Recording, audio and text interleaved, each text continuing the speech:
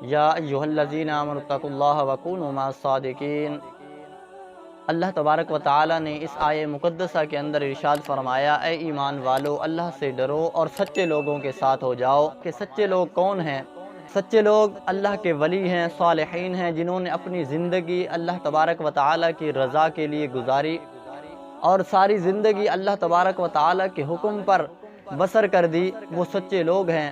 اور پیارے آقا صلی اللہ علیہ وبارک وسلم کے بتائے ہوئے راستے پر عمل کیا، صراط مستقیم پر چلے، وہ سچے لوگ ہیں۔ تو ناظرین کرام، اگر انسان کی صحبت اچھی ہوگی تو اس کا اثر بھی اچھا ہوگا۔ اگر برے کی نسبت اچھے سے ہو جائے تو وہ برا نہیں رہتا، اچھا بن جاتا ہے۔ اور اگر ذرے کی نسبت زر سے ہو جائے تو وہ ذرہ نہیں رہتا بلکہ زر بن جاتا ہے۔ اگر قطرے کی نسبت دریا سے ہو جائے تو وہ قطرہ نہیں رہتا بلکہ دریا بن جاتا ہے۔ تو اسی طرح انسان کہ اگر صحبت کسی اچھوں کے ساتھ ہو جائے تو وہ انسان اچھا بن جاتا ہے۔ صحبت صالح ترا صالح کند، صحبت طالح ترا طالح کند۔ اچھی صحبت انسان کو اچھا بنا دیتی ہے، بری صحبت انسان کو برا بنا دیتی ہے۔ یہ جو اللہ والے ہیں، اگر ہم ان کے ساتھ نسبت رکھیں گے، ان کے ساتھ بیٹھیں گے تو ان کا ہم پر کیا اثر ہوگا؟ مولانا رومی فرماتے ہیں کہ یک زمانہ صحبت با اولیاء بہتر از 100 سالہ عبادت بے ریا۔ کسی اللہ والے کے پاس ایک گھڑی بیٹھنا 100 سالہ بغیر ریا کے عبادت سے زیادہ بہتر ہے۔ اللہ تبارک و تعالی نے اللہ والوں کے ساتھ نسبت کرنے کا حکم دیا ہے۔ جب اللہ تبارک و تعالی نے شیطان کو اپنی بارگاہ سے دھتکار دیا اور شیطان دھتکارا گیا اور باہر آیا اور کچھ دعائیں مانگی اور ساتھ یہ کہنے لگا کہ اے اللہ میں تیرے بندوں کو گمراہ کروں گا، الا عبادک منہم المخلصین، مگر تیرے جو خاص بندے ہیں ان پر میرا داؤ نہیں چل سکے گا۔ تو پتہ چلا کہ جو صالحین ہیں، اللہ والے ہیں، ان سے شیطان بھی دور بھاگتا ہے۔ تو دیکھیے کہ قرآن پاک کی آیت مقدسہ کے اندر اللہ تبارک و تعالی نے اصحاب کہف کا ذکر فرمایا، اصحاب کہف کے ساتھ ان کے کتے کا ذکر فرمایا، اور آیت مقدسہ کے اندر آتا ہے کہ وَقَلْبُهُمْ بَاسِطٌ ذِرَاعَيْهِ بِالْوَصِيدِ، کہ ان کا کتا اپنی کلائیاں پھیلائے ہوئے غار کی چوکھٹ پر۔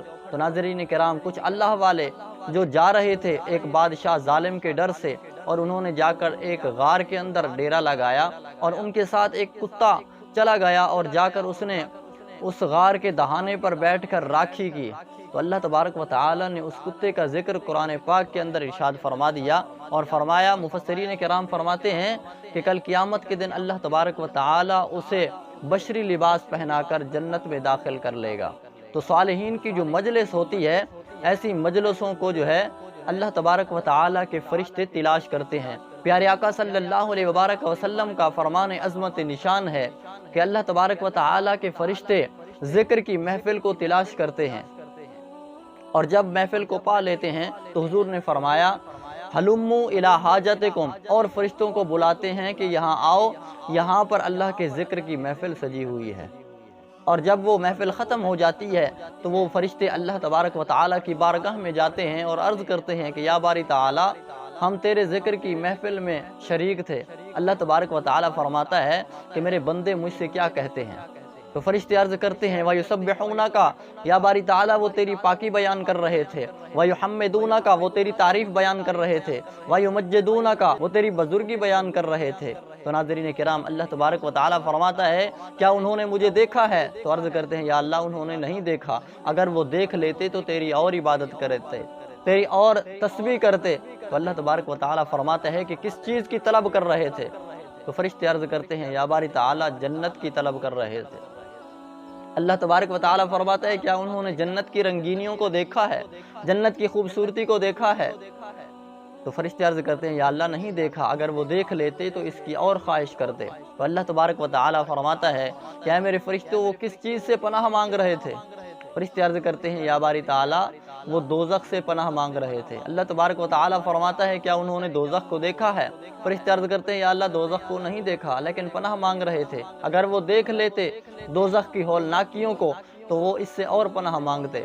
تو ناظرین کرام، اللہ تبارک و تعالی فرماتا ہے کہ اے میرے فرشتوں، تم گواہ ہو جاؤ، میں نے ان سب محفل والوں کو بخش دیا ہے۔ تو فرشتے عرض کرتے ہیں یا اللہ ایک ایسا شخص جو کسی اور کام کے لیے جا رہا تھا اور اس نے اللہ کے ذکر کی محفل کو دیکھ کر اس میں شریک ہو گیا، کیا وہ بھی بخشا گیا؟